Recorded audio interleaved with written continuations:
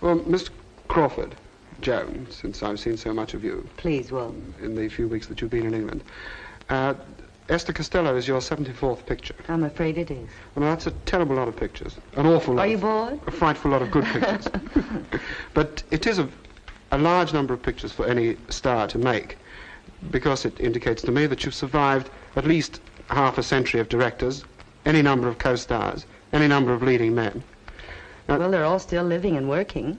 But perhaps not doing quite so well as they were formerly. Oh, I don't know. You know, Rossano Brazzi was in this film, and he's done 87 films. Did you know Yes, that? 80 of which we haven't seen over here. Oh, that's not very nice. No, my point is this, Joan, that here you are making your 74th international picture, a picture that will be seen by millions of people all over the world. Many of the people that you've worked with, talented as they have been, have not survived. It's interesting, I think, to try and consider why you have, what is it you have, what is the quality that you have for the public that makes it go on wanting to see your pictures? Well, first of all, I'm stage struck, and I think they all know that. Secondly, I try to get a film that has audience identification.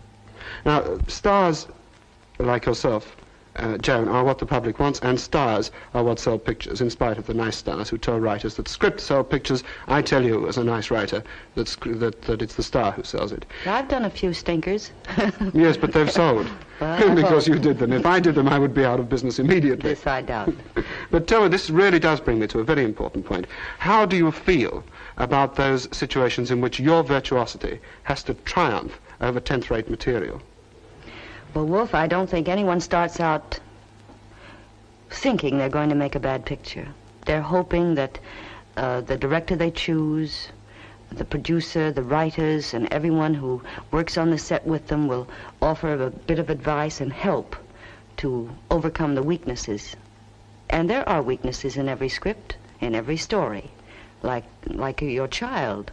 A child has weaknesses, even grown-ups. You mean the element of risk is very similar? That's you don't know whether it's going to be a boy or a girl That's or right. what. Yes. And you certainly don't know in this business whether it's going to be a success or a failure. And you don't, I do agree with you, you don't even know too far in advance whether it's going to be good or bad. But surely the star must have some standard whereby she selects a particular script to play. It's rudely said sometimes that most stars only count the number of lines. Not me. What do you look for then? I look for This is good practical information for me. You understand? varied roles instead of the same one all the time, even though I did play Cinderella For parts contrast. For contrast. And there's a very interesting thing about that I've discovered, that you cast your director as carefully as you cast the star. Well, that is... Comedy, you cast a man Yes. who is great at direction. Well, that is so true, and I have noticed watching you work today how closely you work with Mr. David Miller, who's directing Esther Costello. But a great director once admitted to me that he believed that no director, no matter how great, no star how wonderful, had more than 2 or 3 really great films in them. Not at all, Wolf. Would you like me to cite a few? Well, please do. Mr. Cecil DeMille, Mr. William Wilder, Mr. William Wyler, George Stevens, George Cukor. I'm in a rut with 2 Williams and 2 Georges, aren't I? It's a successful rut. Shall I go on? Well, I'd like to go on but we don't really have time, and it's a very long, argumentative subject. Let me ask you something very personal. What with the strains and the tensions and the taxation and the impossible hours, what makes a star like yourself, and there is only one like yourself who's made now the 74th international film, what makes a star want to go on?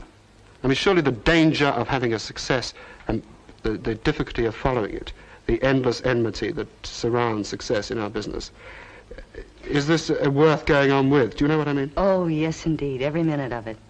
And you know, I find that when I'm not working, and I don't have to get up at that ungodly hour in the morning at 4:45, I get very lazy. I And really bored? do. And bored? Well, no, restless. Joan, I hear a rumor around that you're going to retire after this picture. Are you kidding? Who, me? Never.